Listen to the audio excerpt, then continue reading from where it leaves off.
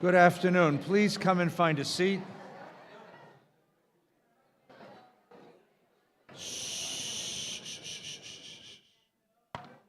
Good afternoon. Thank you. Please come find a seat. Please come find a seat. Thank you very much for coming this afternoon to share your memories of Elaine's life and your love and support with this family. This memorial is put together by this wonderful family, and it's only going to take about 8 hours because this was such an extraordinary life. So just for your information, I'm Rabbi Feinstein. I'm one of the rabbis here at Valley Beth Shalom. The restrooms are right across the hall, straight across the hall. There's water, tea, coffee, juice, and a few munchies in the back of the room, in case anyone needs a little snack or something to refresh during the course of our memories.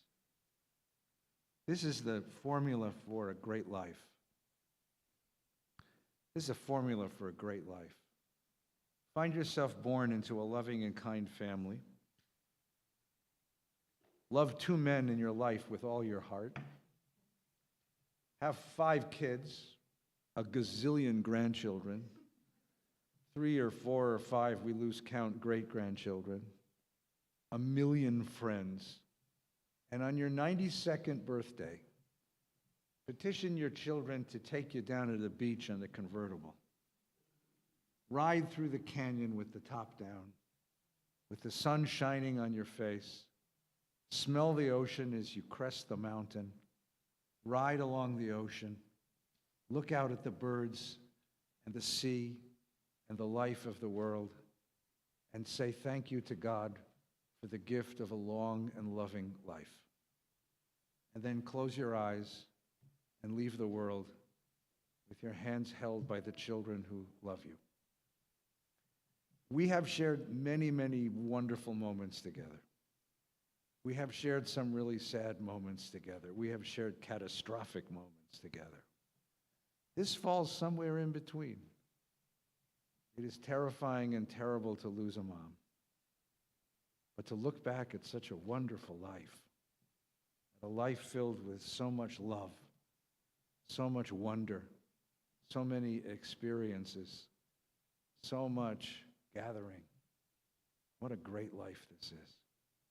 And so today we feel both senses, both moods, the melancholy of loss and the thankfulness, the gratitude for the gift of new life. It's okay, this is God's way of distracting you from grief. So keep it up, kid, you got it right. My great teacher, Rabbi Schulweiss, left you some wisdom. Listen carefully. Let not these last hours eclipse the entire life. Let not the pain or the suffering negate the joy, the memory, the celebration of this life. Nothing decent, nothing noble, no gesture of love, no smile of encouragement is swallowed up in death.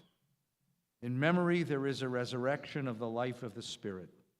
Memory is our hold on the past, our solace in the present, our hope for the future. Memory has a life of its own, an afterlife, a transfusion of meaning from one life to others.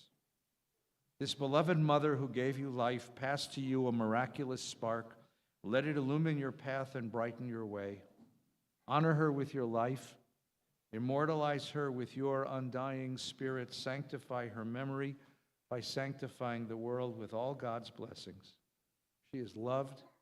She is loved by children and by children's children. One generation flows into the other. The river remains eternal. Jewish prayer of memory. Baruch atah Adonai Eloheinu melech haolam.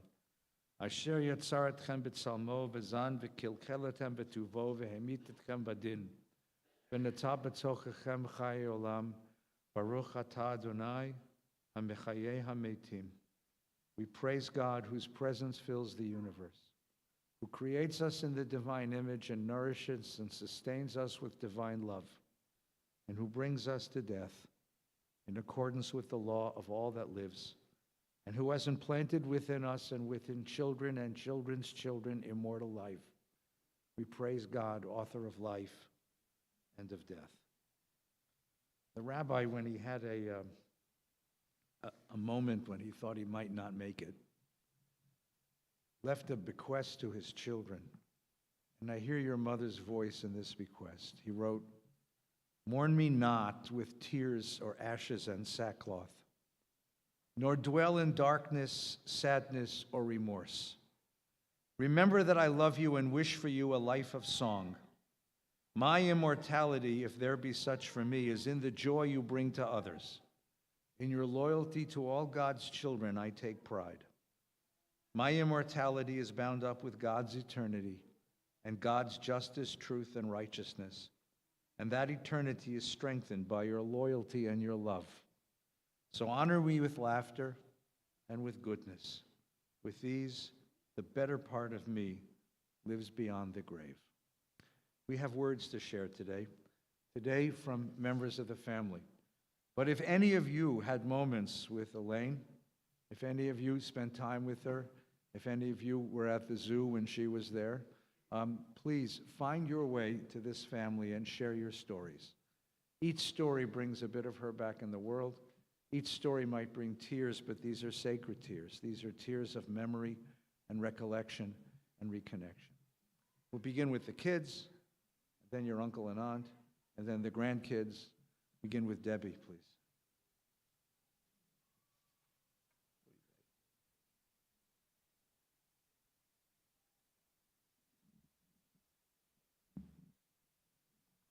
I want to thank everyone for coming here today to help us celebrate the life of my beautiful, sweet mother. And as you can see, we've got a lot of her life posted all around. So if you haven't looked at the pictures, please take some time to. She was really beautiful, both inside and out. Music was an incredibly important part of my mother's life. And so my siblings and I wanted to open today with a song for my mom. One of her favorite songs by one of her favorite singers. So if I can get Sandra, Robbie, and Ronnie up.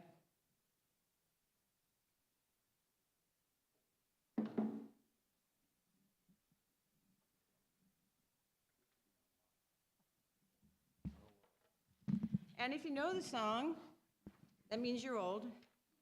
And if you're old, please sing along with us.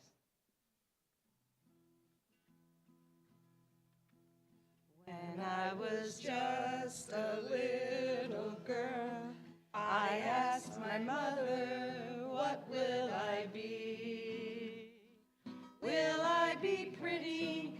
Will I be rich? Here's what she said to me. Hey, Sarah, Sarah, whatever will be, will be. The future's not ours to see. Hey, Sarah, Sarah. Now I have children of my own. They ask their mother, what will I be? Will I be handsome? Will I be rich? I tell them tenderly. Que sera, sera. Whatever will be, will be. The future's not ours to see. Que sera, sera. What will be, what will be, will be.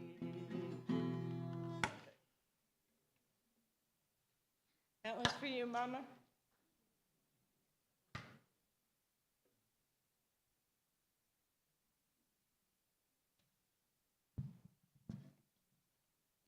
I've got some notes, which I can't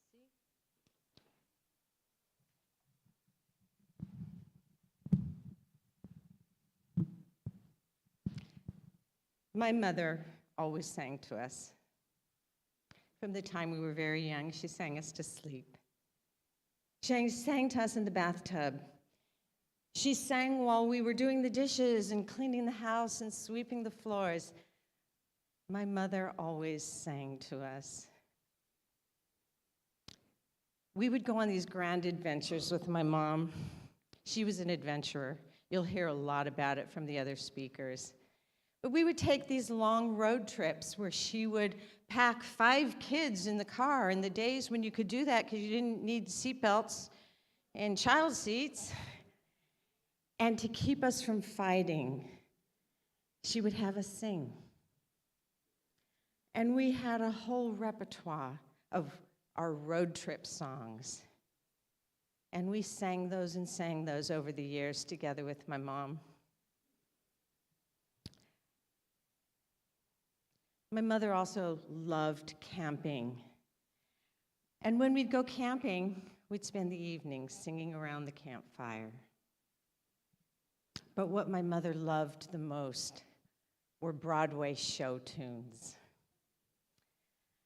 And we would sit at night in front of the record player. For those of you who are too young, that's a turntable. And we'd select from her large selection of Broadway show tune soundtracks. And we would sing and we would dance around the living room. Yes, we danced around the living room. For those of you who knew us then, that's why we didn't have much furniture in our living room, because our living room was a theater stage, and my mother was the conductor, the choreographer, the director, and the audience. And so we grew up putting on musical theater shows in our living room with my mother teaching us all the words to every Broadway song she ever knew.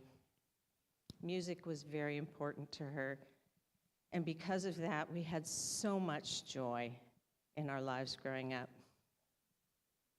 Another thing that was incredibly important to my mom, she loved, were animals, all animals. In fact, my mother actually has traveled to all 7 continents to see the animals. Yes, she even went to Antarctica to see the penguins. Her husband nearly died of pneumonia on that trip, right, Leon?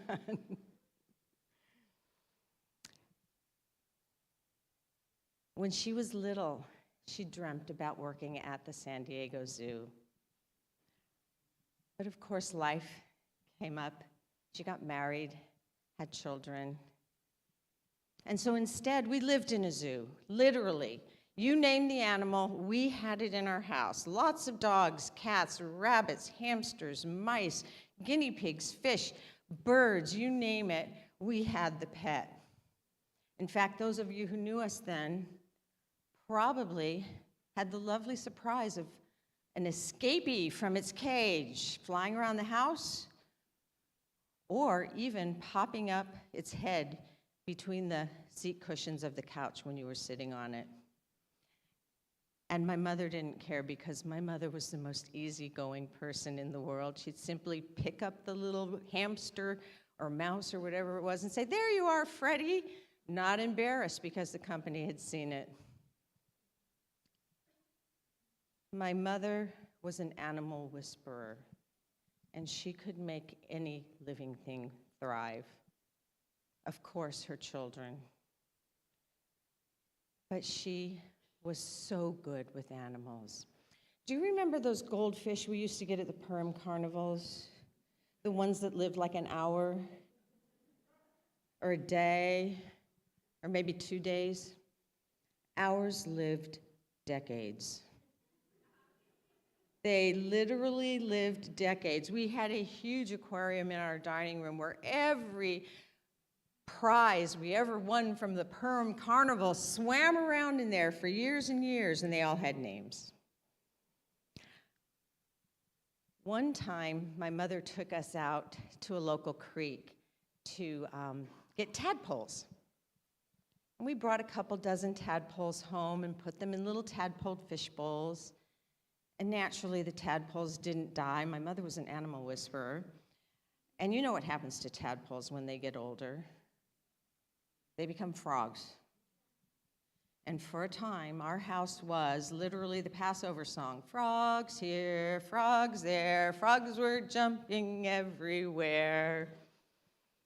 And my mother thought it was the most incredible science lesson she ever taught us. My dad, not so much. My mother was an animal rights activist. Some of my earliest childhood memories were holding on to her hand as a little girl as we marched to save the whales and save the dolphins and save the polar bears and save the condors and the black rhinoceros. Oh my goodness. I think the reason there's so many animals in the world today is because my mother saved them all. She was very passionate about her beliefs, and I'm grateful every day to her for teaching me the importance of activism and standing up for what you believe. When my mother retired from her paid job, she finally got to live out her dream of working at the zoo. And she worked as a docent at the Los Angeles Zoo for over 20 years. And it was probably what she was most proud of. Well, with the exception of all of us, what she was most proud of, because she got to take school children on tours around the zoo and teach them about animals, teach them the importance of loving animals, teach them about animals' habitats, teach them about the environment. She was an environmentalist and a conservationist. She was a staunch believer, way before that was even a thing. In fact, if you go to my mother's house right now, you're going to find every plastic plate, cup, fork, utensil she ever owned, because I think she invented reuse, repurpose, way before it was a thing. She had really incredible beliefs, and we were so blessed to have had her share them with us. So to work at the Los Angeles Zoo, you have to take a certification test every year. And one year it became quite clear she couldn't retain the information. And that was the beginning of her slow but steady decline into memory loss. What she did remember was every word to every song she ever knew. And so, when she was no longer able to track conversations because she couldn't remember what we were talking about, we would sing with her. And we would sing every road trip song we ever knew, and every campfire song we ever knew, and every Broadway show tune we ever danced and sang around the living room to. Recently, she became unable to sing with us. And so we would sing to her. Me on the guitar, Sandra on the piano, Robbie with her beautiful soprano voice, and Ronnie would FaceTime in from his desk at work and sing at the top of his lungs, not caring what the other people in the office thought about it. And we would sing. Her last day on earth, we sat around her bedside, and we sang every road trip song we ever knew, and every campfire song we ever sang, and every Broadway show tune she ever knew. She passed peacefully that night. And I'd like to think she left this world with joy in her heart after hearing the final performance of her favorite singing group, famous only to her, the Glick family singers.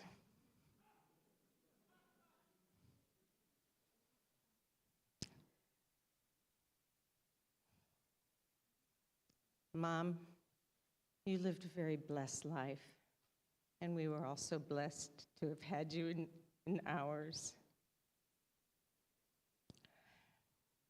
can't believe this is the last time I'm going to say goodbye to my mom. To my dear, sweet, beautiful mom. Okay, I don't think I can do this by myself. I think I'm going to need you all to help me. So long, farewell, auf Wiedersehen, goodbye, goodbye, goodbye. Robbie's going to have to hit that high note. Good. Thank you all so much for being here. And next up is my sister Sandra.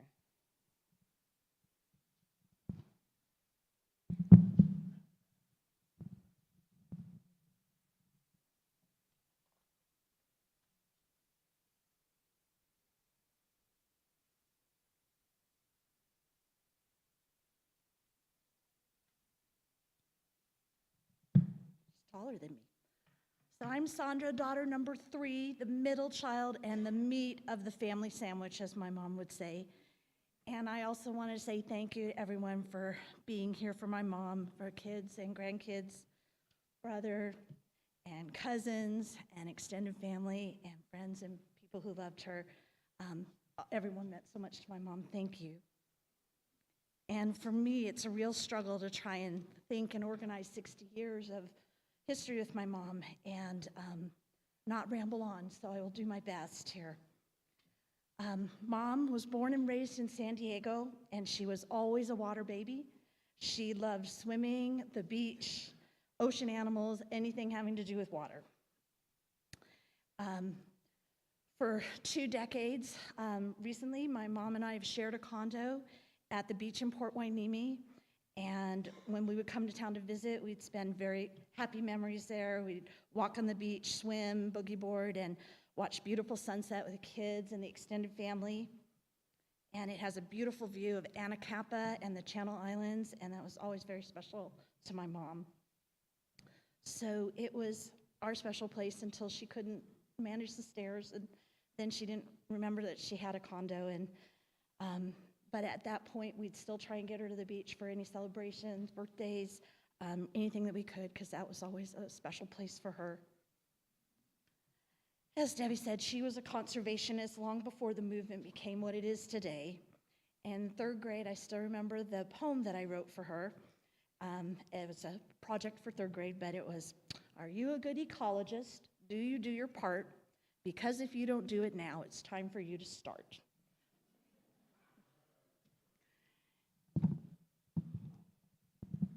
And, okay, hopefully you can hear me.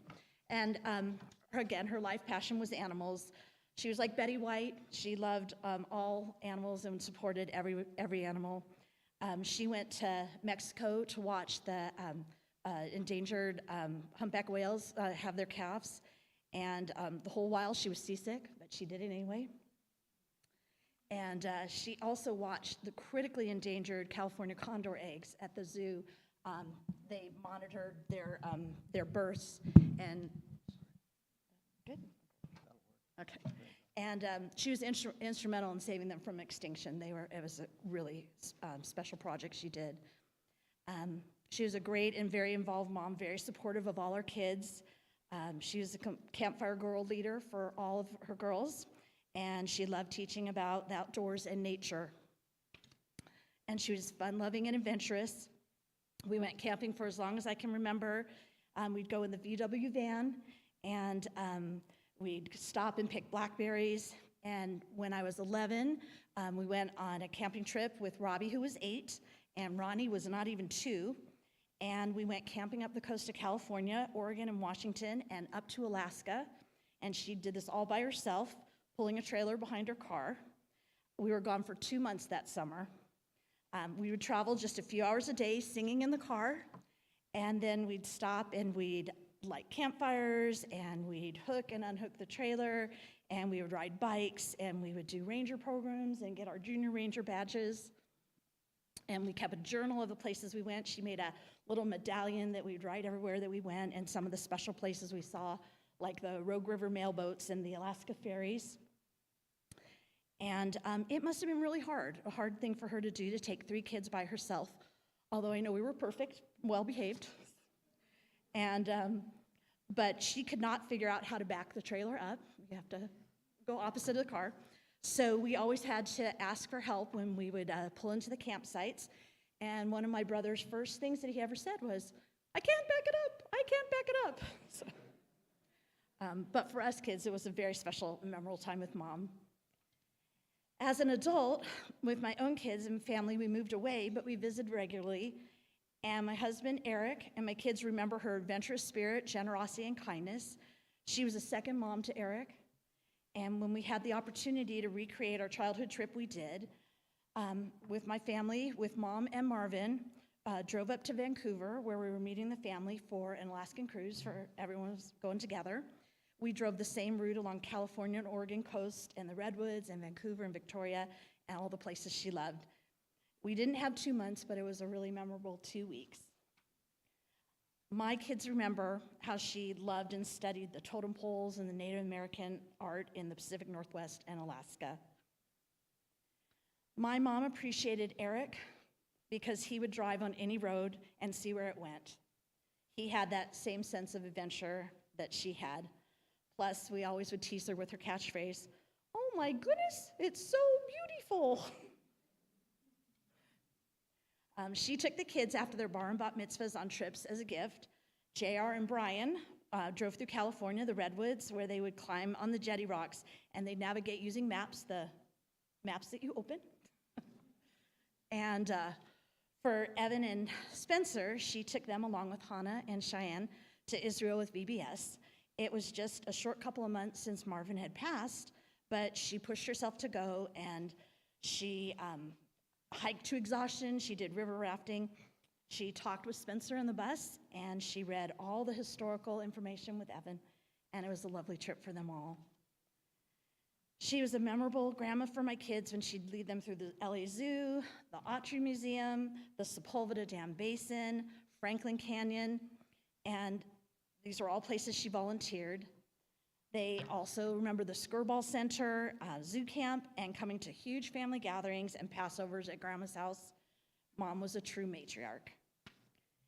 As her Alzheimer's progressed, I came out more often and would still have pleasant visits and different kinds of conversations. She was always sweet and gracious and appreciative of the help from her kids, grandkids, friends, and caregivers. Her kindness, humor, sarcasm, and bright eyes were a little dimmer, but they were never gone. She was just excited to learn that Evan was in law school the first time I told her, as she was the 5th time I repeated it, and this happened every visit. Just 1 month ago, we went up to, Eric and I and JR, Andrea, and Evan drove up to Antelope Canyon, and we stopped in an overlook where Navajo artists put their artisans out. Overhead were a dozen condors flying over our head. It was a really special moment for me, seeing my mom's life work soaring above my head. Like those California condors, my mom's life has come full circle. With her passing, our world is a little less bright, but I know she's soaring overhead with condors or swimming with the whales, having the best new adventures. Love you, Mom.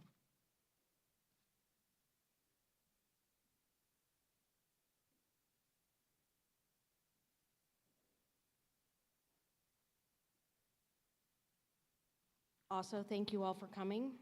I'm Robbie Gershkowitz, daughter number 4 and the undisputed favorite. I want to thank you all for your support. The really sad thing is that Mom would really have loved to be here with all of you. So how do you tell your mother goodbye? I want to thank you, Mom, for the support, for teaching me Jewish traditions, for having the family holidays and parties, for giving your children and grandchildren the sense of adventure, for teaching us how to give back to the community. I'm going to share a few stories, but I'm going to stay within my time limit, unlike my siblings. First, I grew up as a child with some serious learning issues, and I was in a house of really, really intelligent people. I did not learn how to speak or read until late. really with a house with 4 women who could actually get a word in anyways. My mom, the eternal optimist, came up with ways to show me how I was special and smart. This was one of her gifts. She would say to me, "You're the kind one. You make friends easily." And when I thought I was being really crafty, she would say, "You're going to be the artist." There was never anything you couldn't achieve if you put in effort, and she was always our biggest cheerleader. Jewish traditions were very, very important to Mom. She grew up in San Diego as part of the community at a time when La Jolla had signs forbidding dogs and Jews. She was always part of the Jewish community and met both my father and Marvin at Jewish events. My father at Hillel at UC Berkeley and Marvin here at VBS. Our family has been members of VBS since I was 10 or 11, and I'll let you do the math. None of my older sisters had the opportunity to be bat mitzvahed. But after my parents' divorce at the age of 11 and a half, my mom was my cheerleader, and this dyslexic girl at the age of 11 and a half learned Hebrew and read Torah. As a sign that it was meant to be, my portion was actually my father's portion some 35 years prior. The bat mitzvah was a sense of accomplishment for all the women in the family, but it was not enough for Mom. So for Mom's 60th birthday, she had her own bat mitzvah as part of the adult B'nai Mitzvah class at VBS. The lessons she taught were that you're never too old to learn or follow your dreams. Mom's house was where we gathered for all the holidays. Passover with the tradition tossing of the frogs, Hanukkah with the traditional latke, homemade applesauce, and competition over whose candles were last burning. We had Purim Hamantaschen making with retelling the story of Esther and the obligatory flower fights, usually started by Hannah. In the summer, there were pool parties and barbecues. Marvin, Leon, Saul, and Eric manning the barbecue and most likely arguing politics and the need for unions. A few years back, Mom had to start passing the torch to her daughters for the holidays. This began at our home and then eventually moved to modified holiday celebrations at the Nest, her home for the last year and a half. We would bring everything needed, make challah, Hamantaschen, Hanukkah cookies, share the traditional holiday foods, even at the Nest. Mom, I promise to carry that torch and not only make the holidays, but make them fun and open to anybody who needs a place to celebrate. In addition to parties, Mom was always ready for an adventure. It could be a day trip to the beach, the tide pools at Leo Carrillo's, Solvang, or the Santa Barbara Zoo. If she needed a longer time, it was camping, Yosemite, or Big Sur. And in the summer of '72, as was mentioned before, she took her 3 younger children on a camping trip from Los Angeles to Alaska. If you can imagine a single woman with an infant, 8-year-old, and 11-year-old on a trip with a trailer camper, that is adventurous. Our trips always had music, adventure, and an old Griswold family kind of side trip. There were lessons in the need to give a hoot, don't pollute, and many junior ranger activities and badges. Later, my maternal grandmother sent Sandra, Ronnie, and I on Israel programs, Ulpan, at the age of 16. I got weekly air letters, the blue ones with the built-in envelope. It always had news from home, but mostly it was wanting to reiterate how important the adventure and the experience was. After college graduation and sitting for the CPA exam, Mom and I traveled to Greece. Mom for 2 weeks, and me with a Eurail pass off to discover Europe with a backpack. We traveled again, this time to China, Hong Kong, and Thailand, after I finished a foreign assignment in Taiwan and Tokyo. We walked the Great Wall, were in Tiananmen Square, of course went to the zoo to see the pandas, and we were actually one of the first to see the terracotta warriors in Xi'an shortly after it was discovered. It was amazing to see the wonder and joy while traveling with my mom. Shortly after I married Saul, Mom married Marvin, one of the best gifts she ever gave me, and he became her traveling companion. As was said, she traveled all 7 continents. She also took her grandchildren of similar age after bar and bat mitzvahs on trips.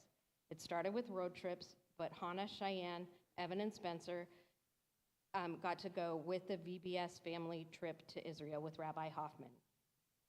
This was planned to be shared with Marvin, but he passed shortly before the trip, and I had the pleasure of taking his place. Day 1, there was a strenuous hike, as somebody mentioned to me, and Mom did it with a smile on her face.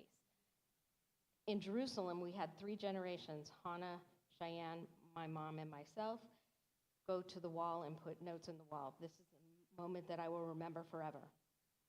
Mom instilled the sense of adventure in her grandchildren and was one of the only ones who supported Brian's decision to go to Jordan for a semester abroad in 2015 when it was not entirely safe.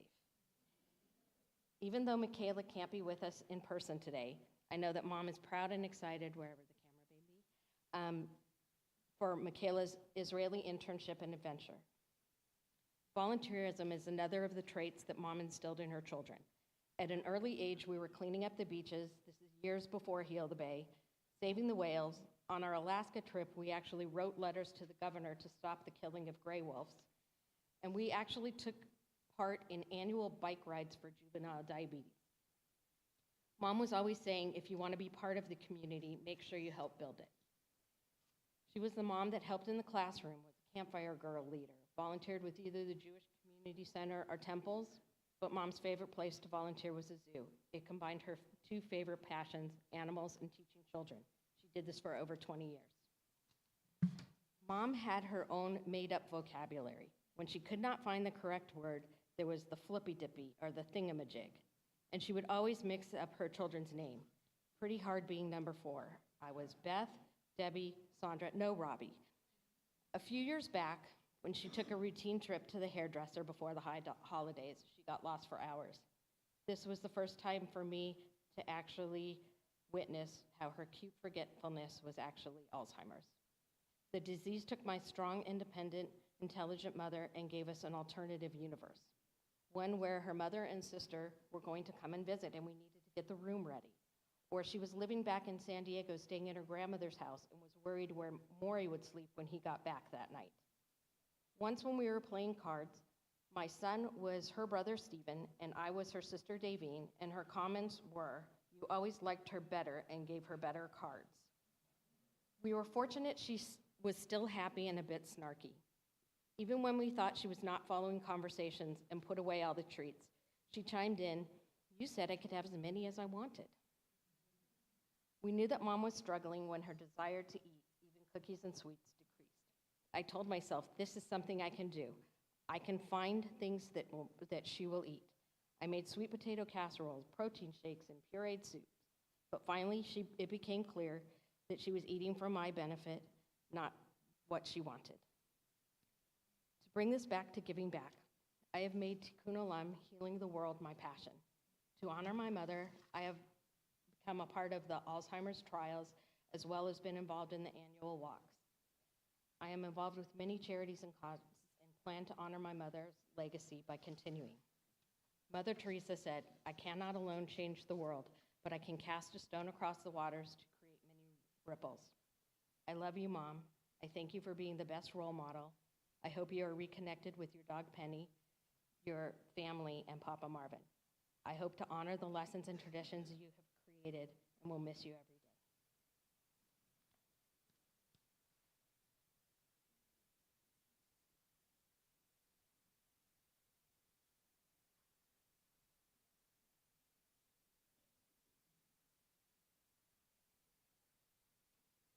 Thank you, Robbie. That was beautiful.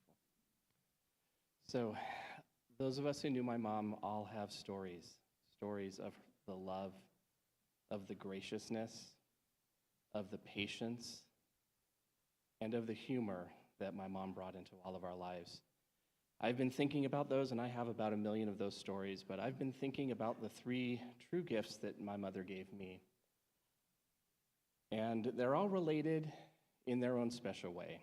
So we spent many of my formative years, late 70s, early 80s, camping. We didn't have a lot of money. We didn't have, great vacations, but we had our ability to get into the outdoors and to enjoy our open spaces. And it wasn't very far to go from Encino to Leo Carrillo State Beach. Back then, it was about a half-hour drive, maybe now 45 minutes. But literally, it was a world away. It was a completely different place to be, where I could run around, ride my bike, play around in the creek, and spend time at the beach. And our mother took us either to Yosemite, to the Redwoods, or the beach. And I've been to more beaches than I can count in Southern California because that's where my mother loved to go. And it's where she took us. It was our vacation. And so I like to think that that was her legacy, but in fact, it was our Grandma Glasser's legacy because she was in the same situation. She grew up with, or she was raising children without a lot of money, and she was able to give her children the experiences by going to public open spaces to enjoy the natural world. So in many ways, it was a family legacy. It was natural for me when I graduated from college. I ended up working and still working for California State Parks. And I've actually said in interviews, I think I learned to ride a bike in a California State Park because that, and my sisters confirmed. They won't tell me which one, but they confirmed that that's, and so state parks are a part of what my mom gave me, an appreciation for the outdoors, for open space, for nature, and to conserve those places. The other thing that my mom gave me was a great appreciation for the wildlife of this world. And my sisters have mentioned the volunteering that she did at the San Diego Zoo. That was one of her favorite things. That's where she spent her time after she stopped working. That was her real job, is to conserve animals and to teach children and the public about the beauty and value of these animals in our natural world. And that's what I have been spending my career doing. I'm working with some of the most critically endangered species in the state of California: California red-legged frog, western snowy plover, California least tern, tidewater goby. That's what I'm spending my career doing. And so in many ways, I feel like I am continuing that family legacy. That's not one that she got from Grandma Glasser, I don't think. But that's one that she gave us that was uniquely hers. And the final lesson, great life lesson that I got from my mother, was a reverence and respect for Native peoples and Native Americans. And so one of the other places that my mother volunteered was at the Autry Museum. And I think we were a little surprised about that because back in the 50s, we didn't treat Native Americans very well. The Indians were the bad guys, cowboys were the good guys. I'm happy to report that the Autry is much better about their treatment of Native Americans in the history of the Western United States than we were in the 1950s.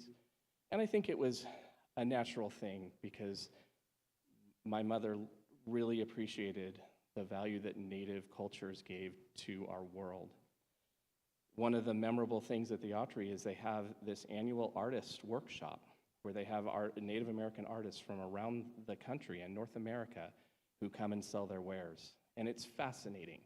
They have baskets that are made with whale baleen and carvings from walrus tusk, which you would never think in this day and age that would be a good thing. But in fact, that's how the Native people from the far north are using their resources. And it was a wonderful thing that she taught me to revere not just the artistry, but the care and culture that went in with Native peoples in this land. So in my own work, I bring that forward. And when I am interacting with Native tribes and tribal representatives, I try and bring that same respect and admiration and of their cultures when we're working on things on the lands that I manage through state parks. So those are the three big lessons. Oh, and actually, the respect for Native Americans, that was one that we got from our Grandma Glasser as well. Now, Grandma Glasser claimed to have an Indian who sat on her shoulder, I believe, and I don't know if he did much else, but he did help her find really good parking places at every venue that we went to.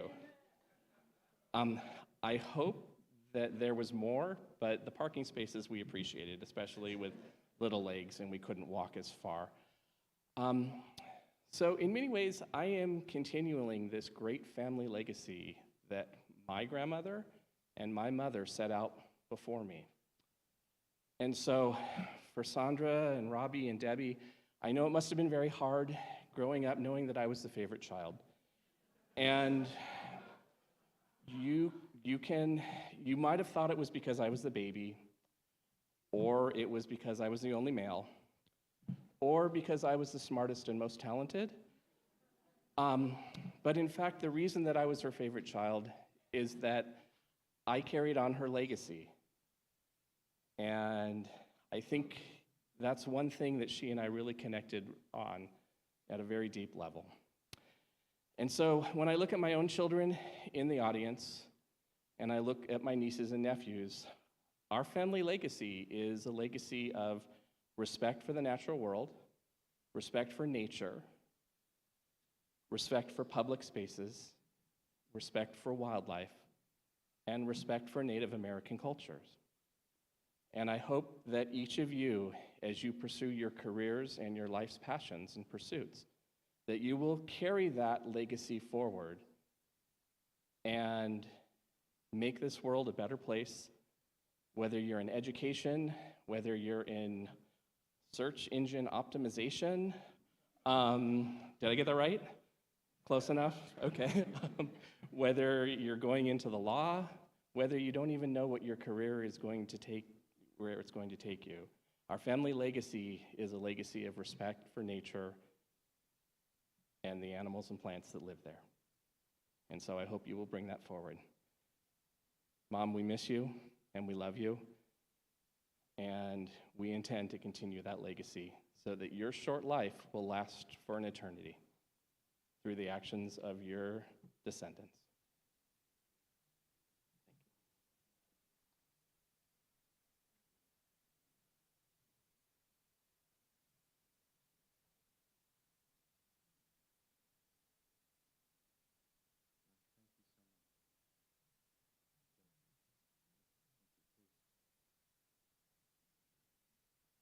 God is love, God is truth, and God is light.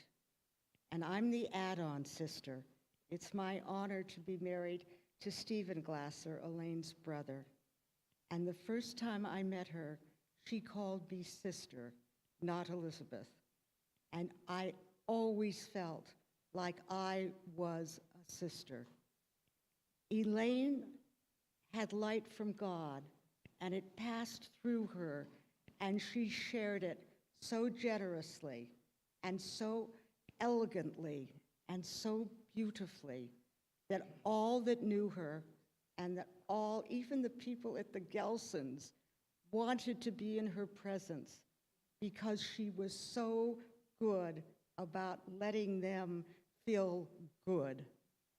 It's an incredible gift that she gave, generous and kind. I have one mini story. She found out that the children living in Chino, which is where my family lived, my son Fabian is in the back, knew nothing about wild animals. How could they? They'd never seen a zoo. She put on her docent's outfit and brought 2 animals. She looked like the great white hunter. She had a pith hat. She had the shorts and the jacket. And she told the kids in this 3rd grade class all about zoos and all about wild animals. She drove all the way from the zoo to Chino, which for those of you who do not know, is about 45 miles to the east of here. That's the kind of gift that she gave the world. I am very grateful to have been allowed to have been her sister. Thank you for letting me say this in tribute to her.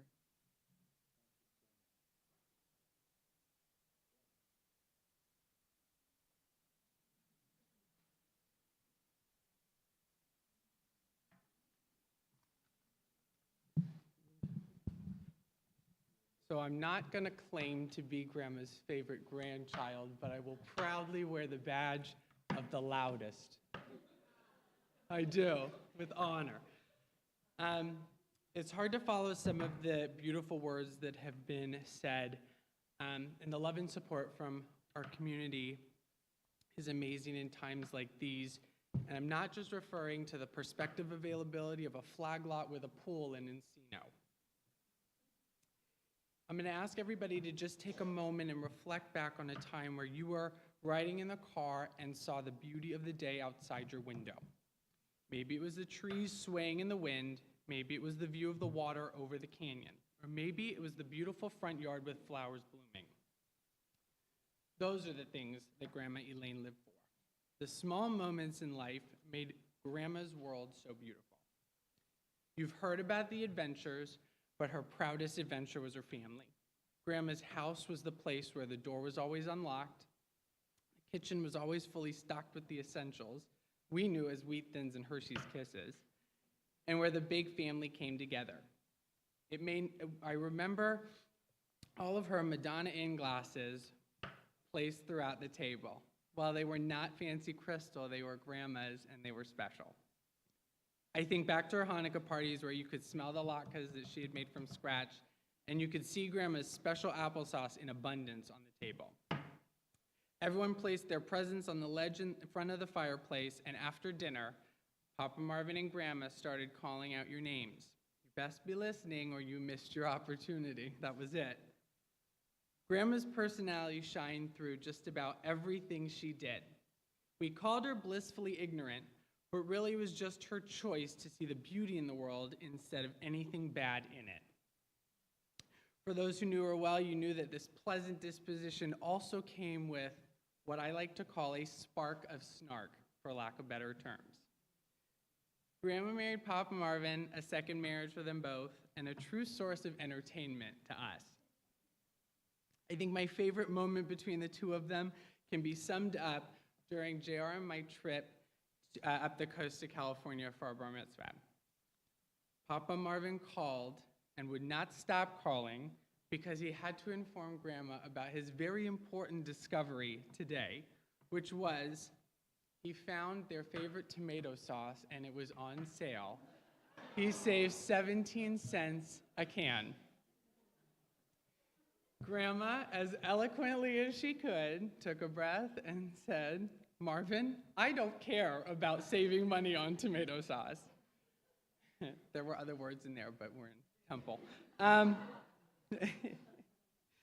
Marvin took a second, laughed, said, "I know, I love you, drive safe, and I'll see you in a week."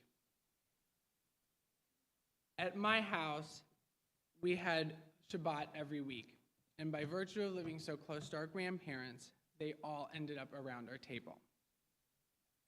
Grandma used to sit at one end and me at the other, and I watched as she smiled and played with her ears.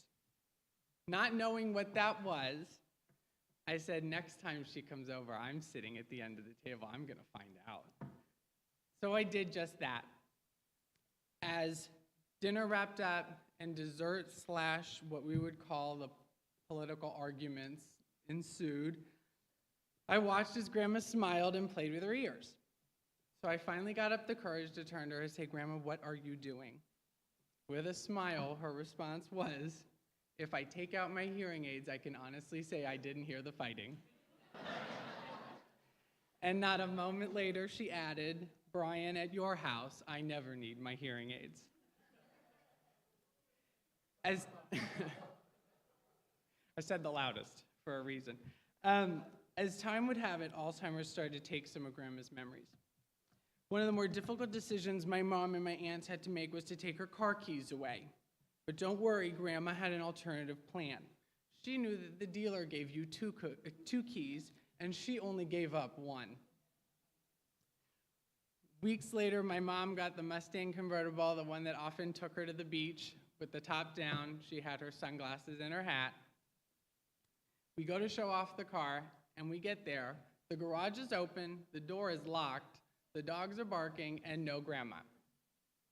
We freaked out, started calling people, only to see her little red Nissan pull up in the driveway. She had come back from Gelson's on the corner with chocolate and ice cream, which, if you know Grandma, that sounds about right. That's what she would go shopping for. Mom turned to her and said, "Mom, what are you doing driving?" And with a complete smile on her face, she goes, "Wouldn't you know I forgot?" Swear to God. Absolutely. Scurried on into the house. Unfortunately, memory continued to fade, but the snark of smark remained. Upon return from Greece this summer, I couldn't wait to show Grandma videos and photos of the water hitting the sand. The beach was one of her favorite places. I started playing videos, talking about what I learned, and detailing each photo out. She looked and smiled, and I thought for sure she's going to say something. We have a great moment between the two of us. Until she turned to me, again, complete smile on her face, and said, "I don't know what you're saying. I have no idea." Which was a step up from the normal "what" we got most of the time.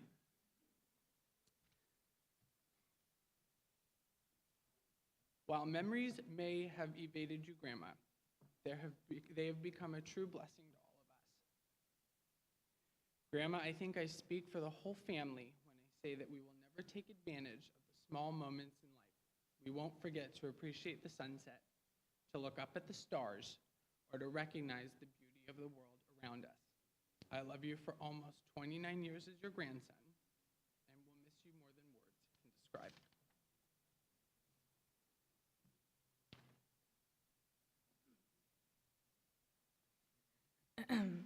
First, I'd like to thank everyone for coming to celebrate the wonderful life that my grandma lived. As my mother and my aunts and uncles mentioned, Grandma would have loved to see everyone here together in support, but we all truly know that she would have made a beeline for the cookie tray. Those on the outside knew her as a devoted member of the VBS community, a docent at the Los Angeles Zoo, and a proud owner to a small garden that sat both in front of her yard and in the Encino Gardens. I knew my grandmother to be so much more. She was devoted and loving to all she knew, and to those who knew her closely, maybe a little brutally honest. To her family especially, and her grandkids, we knew her as a fun, full-of-life woman whose only mission was to share her sense of adventure with the world, but most importantly, her family. As mentioned, every time a grandchild went through their bar bat mitzvah, Grandma Elaine's present was taking them on a trip, whether that was a road trip up the coast or visiting the national parks. I was lucky enough to get to travel with 3 of my cousins to Israel on the summer trip with VBS led by Rabbi Hoffman. Not only was this special to me because this was my first time traveling to Israel, but I got to experience it with 3 generations of my family. I will never forget the moment where I walked up with my grandmother, my mother, and my cousin Cheyenne to the hotel and put a note in, hoping that it reached my Papa Marvin. I will never forget the heartbreak of losing my Papa Marvin 6 weeks before my bat mitzvah, but my grandma knew this would be hard for me, and she told me when she came up for her aliyah, she would give me 2 hugs, one for her and one for Papa Marvin. She knew the loss was great for me, and she would spend the next few years filling our conversations with the loving memories, varying from picking me up from VBS when I was sick to coming home and mixing the 3 flavors of the Neapolitan ice cream. My grandmother never walked away from an opportunity to adventure and share that sense with those she loved. I spent weeks with her one summer after her health had taken a turn. Together we experienced new things and made memories before I knew she would not be able to remember them. My grandmother has a very special place, one the family knows well and holds near and dear to our heart. A condo that once fit 8 of the 15 cousins sleeping in one bedroom, hosted many beach weekends, and a whole lot of love. This, of course, is the condo in Port Hueneme. We visited this place often that summer, making pit stops at our favorite strawberry stands right off the road. Walking on the beach that summer was one of the most special memories I will hold. We would walk and we wouldn't need to say very much. I could just see the smile and joy that was on her face as she got to spend time in her favorite place. She started to decline in health and would tell me the same story, and I would get emotional every time. She would say that this condo holds so many memories to her family, and she could never see a life where she could part ways with it. This summer, I also got to have a couple different types of adventures. We spent one day doing her favorite thing, and that was walking across the LA Zoo. This brought back memories to the times where I would go with her before the zoo opened and ride around in the LA Zoo golf carts as she took her annual docent exam. Each year, it followed the same routine, starting with a sleepover the night before, up bright and early to see the LA Zoo before it opened. It was one thing walking through the zoo with other family members while the park was open and full, but another special feeling to be led around by your grandmother as the park was empty and getting to show her around all of her favorite animals and exhibits. I got to see her in her element. There, she wasn't a mother or a grandmother or great-grandmother. She was an expert in all things animals. This, aside from being a mother, a grandmother, and a great-grandmother, was her favorite job. She walked across with such pride, showing me all of the exhibits. As I pulled her shirt and asked, "Are we done yet? My feet hurt." As I sat down to write this speech, I remember all the times where I would complain about my feet hurting and all the times where I'd say, "I'm tired, it's time to go home." When in reality, I would only wish to get one more chance to walk with you across the zoo and do your docent exam. My grandma was one of my biggest supporters and attended almost every single performance, whether I was making up my own dance moves in some dance recital or singing in the Saturday morning choir with Kinder Fox. I knew I had to bring her to my next set of performances, which was my college auditions. We made a 9-hour car drive for my musical theater audition at the University of Arizona. This car ride was filled with the same campfire songs that all of my aunts and uncles talk about. The day of my audition came. When the nerves were set, my grandma took every moment to say something snarky to make me laugh. When I told her I was nervous, her response to me was, "Hon, I can never get you to shut your mouth when I want to take a nap. Now is not the time for nerves to come out." She sat there with me as in line as I heard every person sing and continued to say, "Definitely a little too loud. Don't worry, I still think you're better." This was her way of supporting. She was one of my biggest cheerleaders, and I think I can say with all of my heart and the heart behind all of my cousins that this was the same. Grandma, there are never enough words I could come up with to express the sadness we will all experience with your absence. But we as your children, your grandchildren, and your great-grandchildren will continue to live life in your memory. I love you, Graham, and I hope you're smiling down as we continue to celebrate your beautiful life.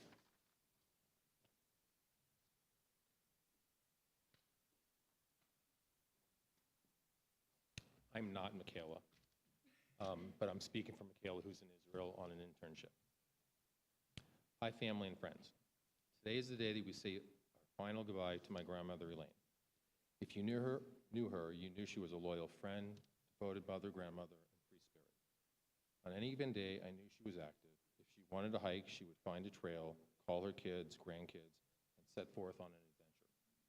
Then Papa Marvin would give us ice cream for indulging in Grandma's adventures. Her other favorite adventures were the weekends spent on the beach in Port Hueneme, where the family would have endless days in the sand with nothing but joy and laughter. That was her free spirit side, always wanting to live an adventurous life while sharing it with anybody who was with her. Another side to my grandmother was her devotion to motherhood and family. No one could ever say my grandma didn't go above and beyond for her family. She hosted every holiday in her unique baby blue house in Encino, where the family would gather. The cousins would play while the adults talked about boring stuff, politics, and other things. One Passover, I remember the adults started in on the topics we were too young to understand, and the cousins sneakily took all of Grandma's spoons, and we ran one by one into the room and sat in a circle playing a card game that I thought was 100% made up by Shane, but only to find out later it was an actual game. When she noticed the grandkids were missing, she came into the room and played with us. Grandma sat down on the ground with us, and because according to her, it was more fun than being at the adult table. Later, we went back to the table, returned Grandma's spoons, and all ended the night with songs in the living room. Even during moments of tension, Grandma made sure the music drove the uncomfortable energy away, creating the happy environment she always wanted. Even as she was telling us to leave, she would sing, "Go home, go home, go home, go home." This brings me to one of the favorite sides of Grandma's, a loyal friend. She was a woman of few words, but a big heart. She could always come to her about my dreams and passions, and she would support me no matter what. When I told her I wanted to start writing music, she took me and bought a guitar without telling my mom, and when we got home, she told my mom to get me guitar lessons. It was the sweet, funny things that she used to do like that. When I was in high school, starting my junior year, my sister started her freshman year in college in the same week. While my parents were gone, my grandma proudly hosted me and sent me off my first week of school. That year, I ran for student council president, and she supported me 100%. She went with me to Michael's and got all the materials I needed, poster boards, paint, glitter, and stickers. I told her, "Grandma, I don't have any money to pay for this." She replied, "Don't worry, I'll bug your mom for it later." Then we went back, made the posters, and she edited my speech and adding the spark that Grandma could do. She was my #1 supporter until the very end. I knew she was proud and ready to watch the next adventure I would have. Now, Grandma, you have a front row seat. You always wanted me in Israel, and now I'm here for 6 months, living and growing closer with my Jewish roots, and the beautiful culture. The day you passed, the sun was shining, the people were playing on the beach in Tel Aviv. I felt your warmth with me, as I do every day here. I am honoring you as you honor us your entire life. I will always remember you as a loyal friend, devoted grandmother, mother, and free spirit. I love you, Grandma. This is goodbye in person, but not in spirit.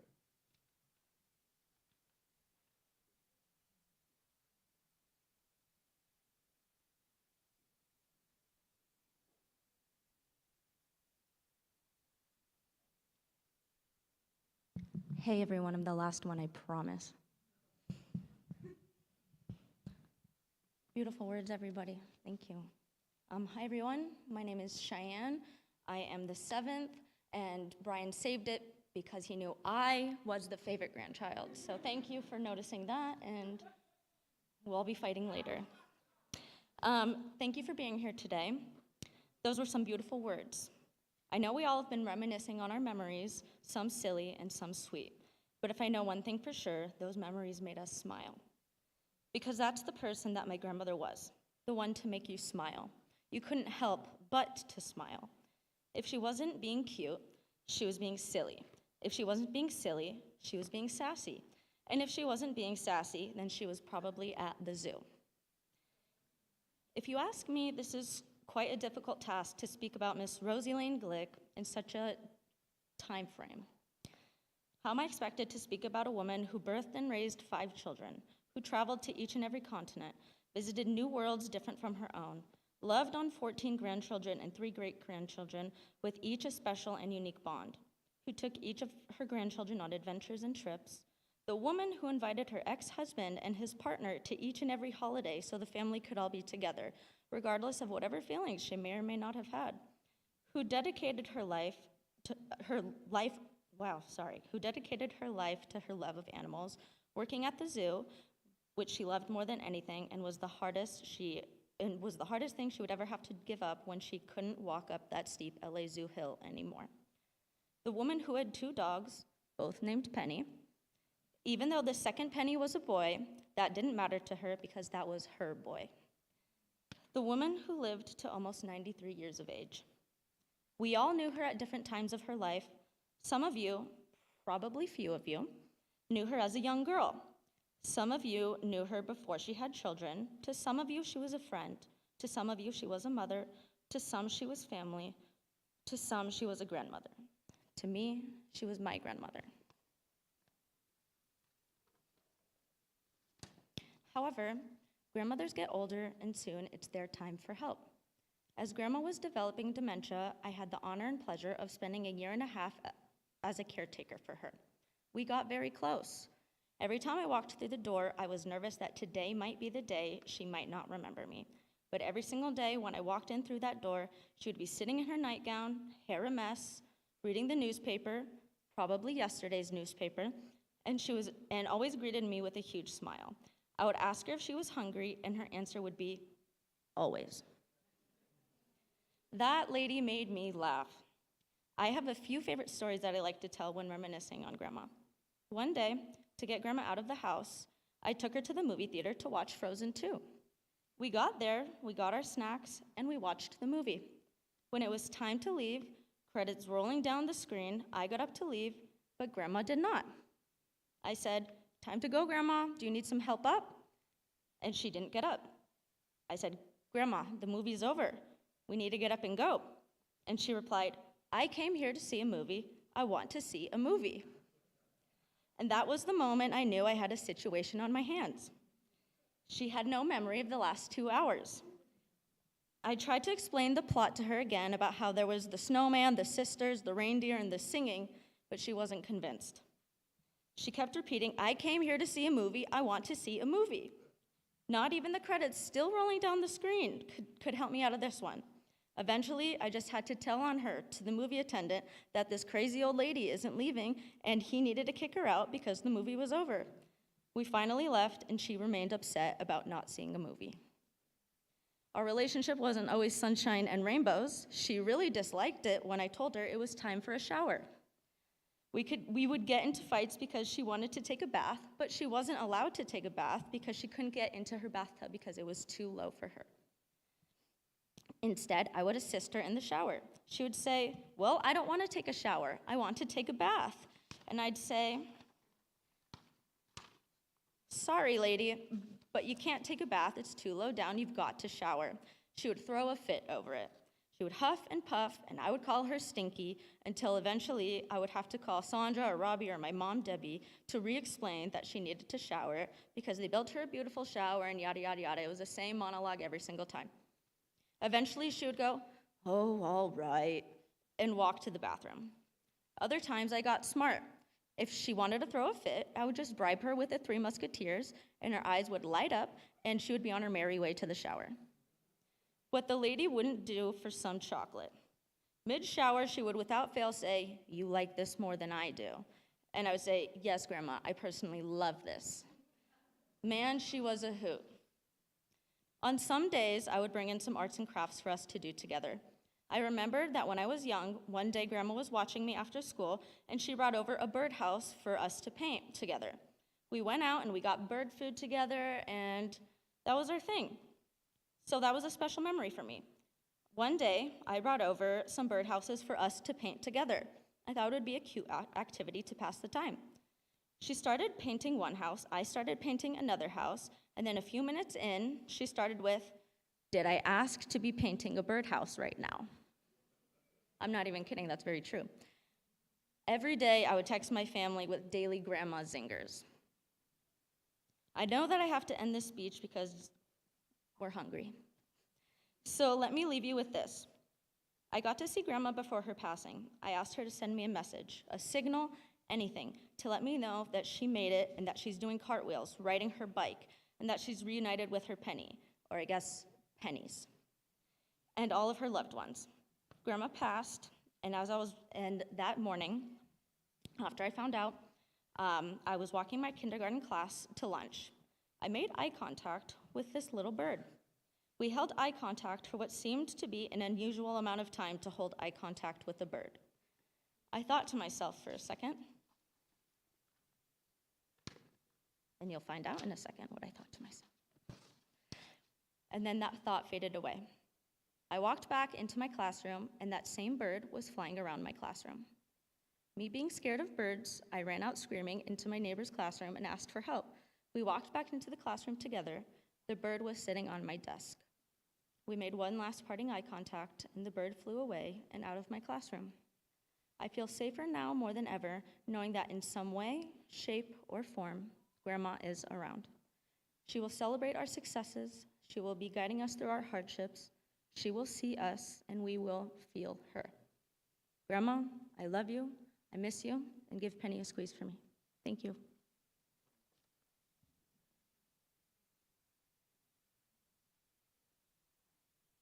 Thank you all for your wonderful memories. And for everyone else who has stories, memories, moments with Elaine, please find yourself to the side of this family and share those stories, because every story now is precious to them. Even the most prosaic, simple memories will mean a great deal. In just a moment, we'll finish. We'll have a chance to have a cup of tea together and share your memories with them. It will mean a great deal. Just one last word. I have friends who travel the world, and whenever they go to a city, they go to specifically to go to a Michelin star restaurant. Because for these people, great food and great restaurants is what life is about. And I have friends who travel the world, and wherever they go to the art museum. Because for them, the works of art in every culture and every expression, that's what life is all about. And I have friends who travel the world, and wherever they go, they look for politics. They want to visit the parliament or the Congress, the Capitol, or see the leaders of that place. Your mother, wherever she traveled the world, went to the zoo. Now think about that a moment. She went to the zoo. Like, there's a zoo in Paris, but most of us go to the Eiffel Tower and the Louvre and Versailles and the Champs-Élysées, but Elaine went to the zoo. And there's a zoo in London, but most of us go to Parliament or the Tate or the British Museum, but she went to the zoo. There's even a zoo in Tel Aviv. It's a pretty schwach zoo, but it's a zoo, you know. And that's where she went. I have friends who take their kids on special trips. They go to Vegas every year.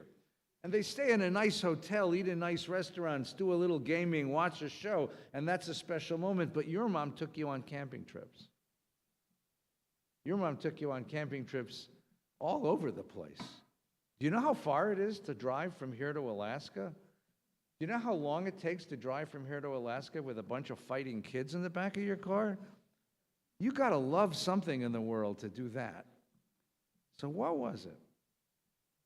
What was it about your mother? Well, there's a beautiful mystical tradition. And what's wonderful about this tradition is that it occurs in the traditions of many different cultures, many different faiths.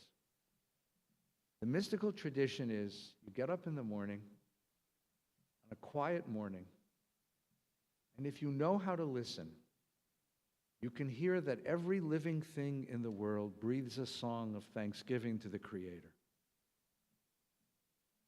In the Jewish tradition, it's Nishmat Kol Chai Tivarech et Shimcha. The breath of every living thing is a prayer to the Creator. In the Franciscan Christian tradition, it is that every living thing is a brother and a sister. Every living thing reaches out to us in familial love and familial support. In the Sufi tradition, it is to find the deep inner quietness that one can feel the rhythms of the world. Because the rhythms of a world are a music. The rhythms of life, the beating of a heart, the breath of a living thing. It's all one giant symphony. Most of us are too distracted to hear it. Most of us wake up to a news report on the clock radio. Most of us wake up to the ring of a cell phone. Most of us rush off to work. Most of us sit in traffic. Most of us are busy with the appointments and demands of the world. But there are a few people in the world, a very few people in the world, who are somehow gifted, blessed, with the sensitivity to hear the great symphony of life in the morning. To hear the great symphony of life as it goes through the day. To hear the music, the rhythms, the harmonies. To hear the chords and discordance of life in the course of a day. And that's who your mother was. That's who your mother was. She talked to those condors. She was a bubby to condors. Can you imagine this, right? I mean, how many condors have Jewish grandmothers, you know? I mean, they're running around the world now, you know? And to every animal in the zoo, she had a conversation, you know? Because she could hear the music. She could feel their life force. She could feel their presence. Look, what kind of crazy lady has 5 kids? I mean, come on already. But you really got to love life to have 5 kids, you know? And then turn off your hearing aids because you don't want to hear them fight. And take the grandkids on trips. There is an exquisite sensitivity to the blessing of life that Elaine was privy to, that she could hear, that she could celebrate. And that is a remarkable gift. That is a remarkable gift. And now that gift is bequeathed to you. So find yourself some quiet place and some quiet moment. And turn off the noise of the world and see if you too can hear the song of the condor and the breath of the pine tree and the joy of the mountain. And if you can hear the song of life the way she did. The most beautiful expression of that tradition came from a Jewish mystic of the 12th century who said, not only is there a song that fills the world, but there's an angel assigned to every living creature in the world. Every blade of grass and every animal, every tree and every beast and every fish and every bird, there's an angel. And that angel stands beside that blade of grass and whispers to that blade of grass, grow, grow, grow. And so it was that Elaine took upon herself that responsibility to whisper to each of you and to your children and to their children. Grow. And when you grow, you will feel her presence and know that she loves you. Would you all please stand as we offer memorial prayers? El male rachamim shochen bamrumim. Hamitzei menucha nechona tachat kanfei hashchina b'ma'alot kedoshim v'taharim kazor rakia masirim et nishmat imenu Rachel Etta bat Shmuel ve'Evelyn shalcha l'olama. V'gan ein tei menuchatan b'al harachamim astireh b'seter kenafecha le'olamim v'yitzror b'tzorach haminishmata Adonai u'nachlata v'tanuach b'shalom al mishkava v'nomar amen. Almighty God, source of life and author of death, grant perfect peace in your sheltering presence amidst all who cherish and love and embrace life, to the soul of our dear mother Elaine, who's come to her eternal home with you, God. Source of life, remember and help us to remember and cherish all the moments of giving and loving, of kindness and caring in this life. Bind her life now into the bonds of your eternity, and let her rest now in peace. Amen. You'll find the Kaddish prayer on page 39 in the booklet, please. Yitgadal v'yitkadash shemei Rabbah, v'yalmad divrach irutei v'yamlich malchutei, v'chayechon v'yomechon v'chayedecho beit Yisrael, b'agalau v'zman kariv v'yamru amen. Yehei shmei Rabbah mevarach leolam ulmei maya, Yitbarach v'yishtabach v'yitpa'ar v'yitramam v'yitnaseh v'yithadar v'yitale v'yithalal shemei dekudsha brichu le'elam min kol birchata v'shirata tush bechata v'nechamata da'amiran be'alma v'yamru amen.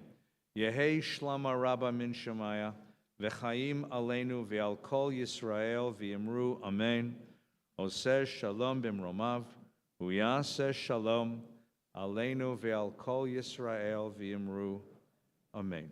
Two quick announcements before you move. Number one, the family would greatly appreciate a donation made in Elaine's honor to the Alzheimer's Association or to the Greater Los Angeles Zoo Association, and the addresses are on the back of the program. As well, in keeping with the Jewish tradition of gathering together as friends and family, to welcome our friends back into the world of the living. There'll be Shiva tonight at 7 o'clock at Debbie's house in Calabasas, and Shiva Monday and Tuesday night at 7 o'clock at Robbie and Saul's home in Tarzana. Everyone is welcome to come and share with them memories of Elaine's life, prayers of memory, and a little couple of cookies to remember her with sweetness. Oseh shalom bimromav v'yaseh shalom aleinu. May the source of peace in all the world bless this family and circle of dear ones with peace. In the sweet memories you cherish of Elaine's life, of the embrace of so many who cherish her with you, and in the promise tomorrows yet to come, the Jewish blessing upon the death of a loved one. Hamakom yenachem etchem b'toshar avelei Tzion v'Yerushalayim. May the God who has carried us on all the journeys of our generations carry you now from death back to life, and from sadness back to joy. Yaseh shalom, Yaseh shalom, shalom aleinu ve'al kol Yisrael. Yaseh shalom, Yaseh shalom, shalom aleinu ve'al kol Yisrael. Yaseh shalom, Yaseh shalom, shalom aleinu ve'al kol Yisrael. Yaseh shalom, Yaseh shalom, shalom aleinu ve'al kol Yisrael. Yaseh shalom, Yaseh shalom, shalom aleinu ve'al kol Yisrael. Thank you all for being part of this memorial. There's a nosh at the back of the room. Please join us.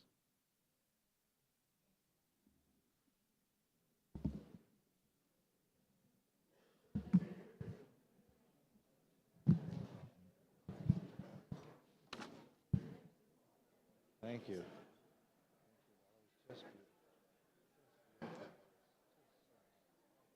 How are you? This is life too, so